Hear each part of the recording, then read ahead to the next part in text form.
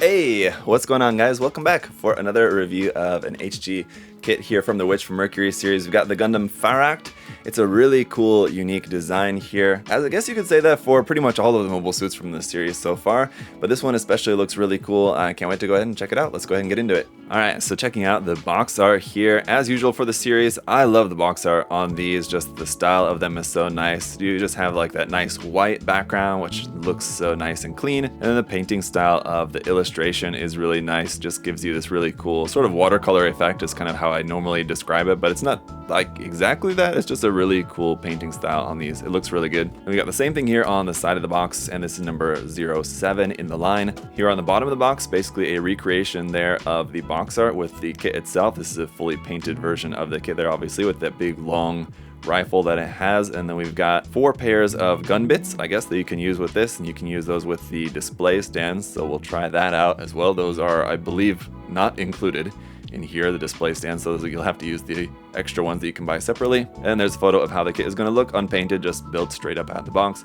It's going to look exactly like that. On the other side, the fully painted sample front and back there for the full display of that. It's a quite large size mobile suit, I believe, and reminds me a lot of the Biolant. I think just like kind of in terms of just like kind of the size and the overall silhouette of that.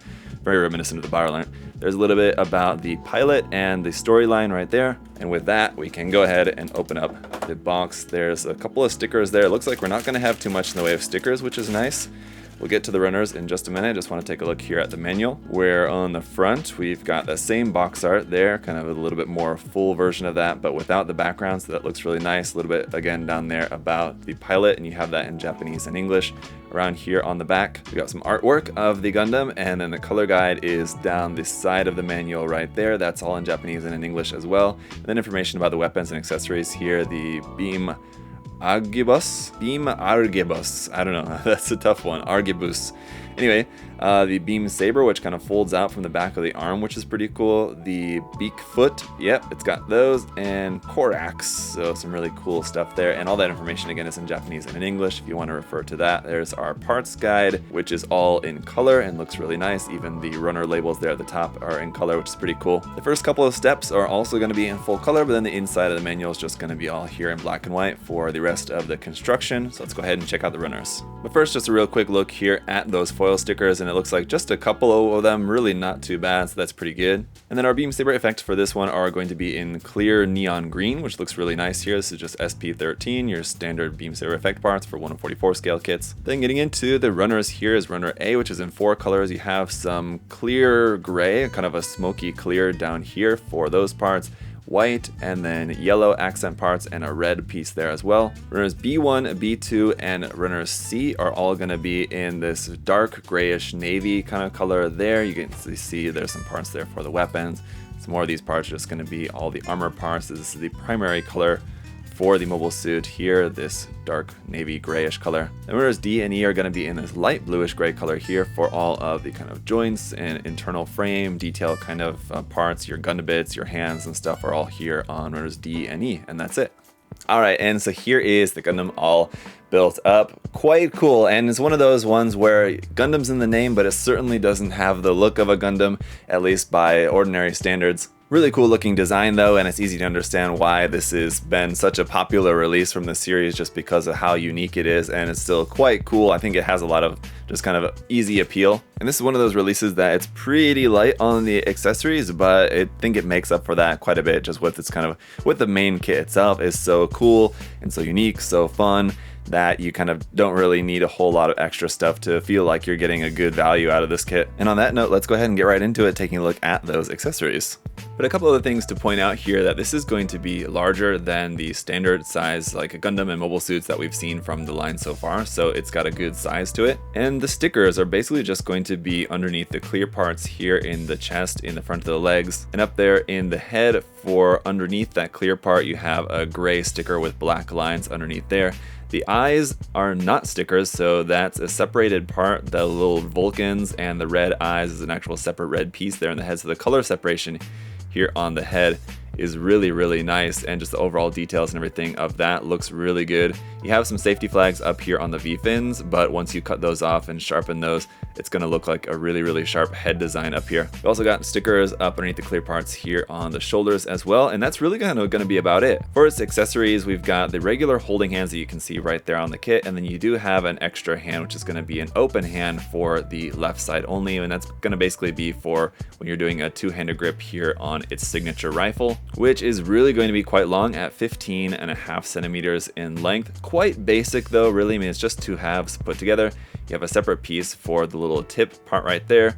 No camera or anything really on this, and it's just going to be, yeah, just really simple in design. It's a cool design. Everybody loves a good long sniper rifle. And fortunately, the seam line on it is hidden as just like a panel line detail around there, so you don't really have to worry too much about any seam line removal on this. Maybe just a little bit of sanding to get rid of some mold lines here and there, but otherwise, pretty easy weapon. And then we've just got the two beam sabers, and the handles can store in the forearms. So if you just take this right here, you go right here to the forearm, separate that, and then the handle will just slot back into place. Pop that in, and it's stored safely inside, which is a really cool feature that just pops out like so. And it really is kind of a shame that we only have an open hand for the left side, because it would have been cool to have an open hand for the right side as well, so you could pose it to make it look like it's reaching to grab the beam saber handle there out of the forearm. I mean, you could do that for the opposite side, of course, so it just depends on the side of the kit that you wanted to perform a pose like that. But I do think it would have been nice if we would have had one of these for the left and the right. All right, so let's get into the articulation and head back to the head then for a moment. The head will point up with a double ball joint there at the neck,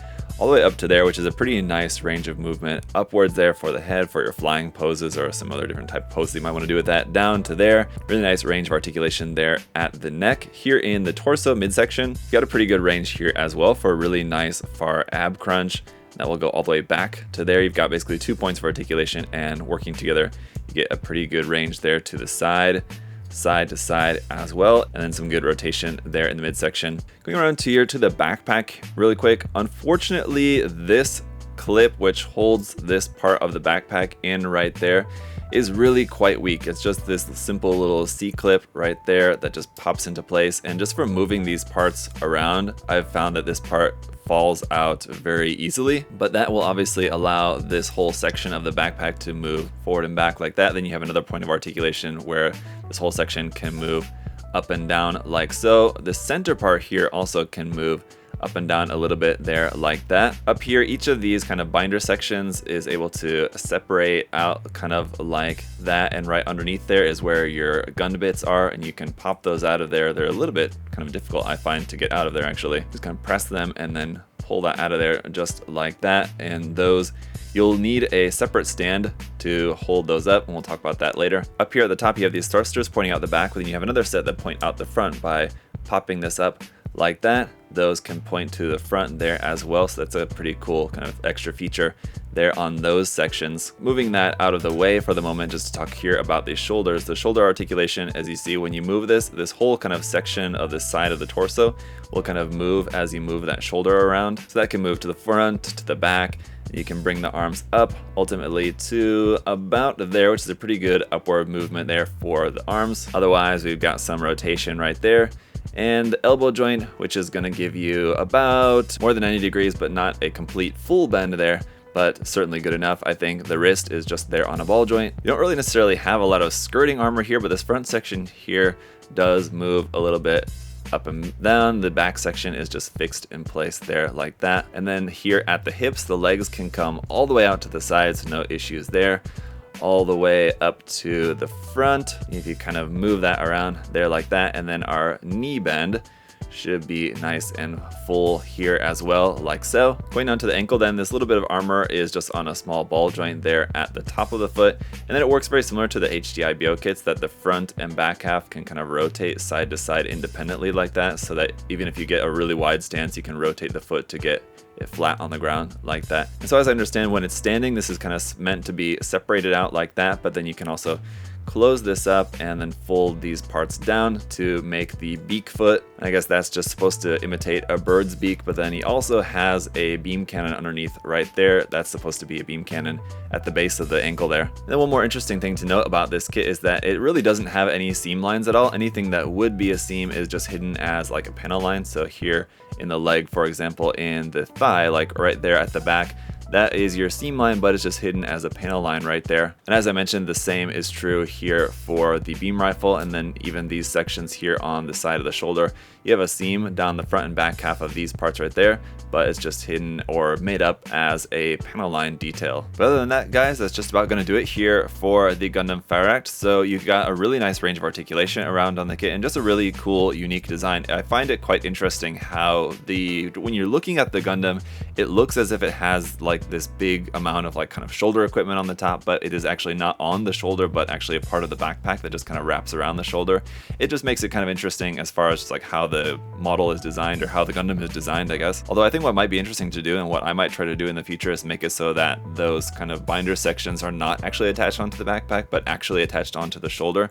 I think it would be relatively simple to do just based off of the design, just to make some sort of modification to make that work. But yeah, otherwise it's just a really cool kit. As I said before, it is kind of low on the accessories in terms of just basically having the beam rifle and the beam sabers, and that's about it. You have the Gundam bits, but without any included stand for that, there's not really a whole lot that you can do with them with just this as it is. We will be taking a look at the effects stand in an upcoming review, and then we can see maybe how these are going to look. It's just kind of a shame that that effects stand was not included with this, just because, you know, unless you buy that separately, there's not much that you can do with those. But overall, a really cool kit, another really great addition to the line. I can definitely recommend it just for its uniqueness. It's just a really fun build. This would really be a great kit if you're kind of new to painting, or if you aren't new to painting, but you just want a kit that you can just build and paint up quite easily and simply, maybe just over the course of a weekend or something like that. If you want to do just a custom paint job on it or something, I think it's one of those that, because it has virtually no seam lines on it, and the way that the parts are separated and the way the colors are separated and everything, it would be a pretty quick and easy kit to paint up. So yeah, if you guys are wanting to check the kit out for yourself, I'll put the link to USA Gundam Store down in the video description there. As always, you can check this kit out, everything else from the Wish from Mercury, as well as paints, tools, and supplies, anything else that you guys might need. So check that out, the link down below to USA Gundam Store. And if you'd also like to like and or subscribe while you're here, that'd be greatly appreciated. Thank you guys all so much for your support. And there's real quick, just kind of one last little bonus tip that I want to talk about here before we wrap up the review. So let's go ahead and take a look back here at this knee section. This tip is really only kind of going to be useful if you do plan on painting the kit, and it's pretty obvious and straightforward. But if you take this part out, this white part there at the front is not actually two separate parts, but it's one piece there that you just slide in from the side, which is a really cool way for Bandai to engineer that as just a single piece. But the only problem with that is that once this is painted, sliding that in from the side, you risk scratching the paint, so you really kind of want to avoid that. And a really easy way to do that would be just to cut this part down the middle. And if you look closely, they've already kind of made a little bit of a line there as a guide for you, and it doesn't necessarily have to be like exactly in the middle. You could cut it really kind of anywhere in between. If you have a big old craft saw like this, it'd be really easy, you just saw that. But even if you don't, you can really just use just a pair of nippers. That said, even though this is not very thick, you do want to be a little bit careful. If you're using just single blade nippers, I'm going to be using a really old pair here, so it really doesn't matter. But if you're using a fresh new pair of single blade nippers, which are quite thin, cutting something this thick, you do run a little bit of a risk of maybe breaking your nippers, which you want to be careful of, so you may not want to do that. If you have an old pair, use those, or if you have a hobby saw, just saw this down the middle. But if you cut and separate these pieces, then you can paint them each individually, and then once they're painted, rather than having to slide a piece all the way through and, like I said, risk scratching the paint, you just slide them in each on one side. And you could put a little bit of glue in there just to make sure that they're stuck in place, but probably the friction will be enough. Glue them a little bit just in case. Pop your knee joint back into place, and then you'll have these parts painted, no scratches on the paint, and it was just a really super simple modification. So that's it for this one, guys. Hope that was helpful. If you would also like to like and or subscribe while you're here, that'd be greatly appreciated. But until next time, hope y'all having a great day. I'll see you guys later. Bye bye.